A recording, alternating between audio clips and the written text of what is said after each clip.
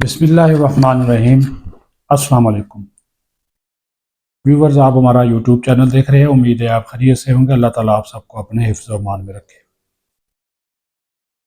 محمود خان اچکزئی کو opposition leader تو بنا دیا گیا، لیکن چند دو ٹوک اور واضح شرائط کے ساتھ۔